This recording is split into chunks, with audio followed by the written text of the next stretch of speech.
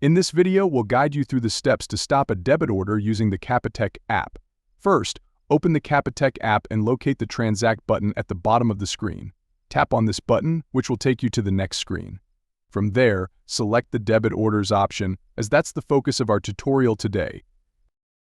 You'll then be presented with two choices: dispute or stop. For this demonstration, we'll choose the stop option.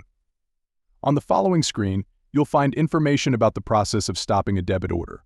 Read this carefully, and then tap the next button at the bottom of the screen.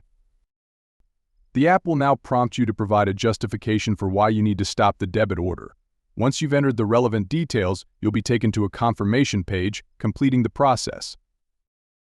By following these straightforward steps, you can easily manage your debit orders directly from the Capitec app, ensuring greater control over your financial transactions. Remember to subscribe and share this video to help others navigate this useful feature.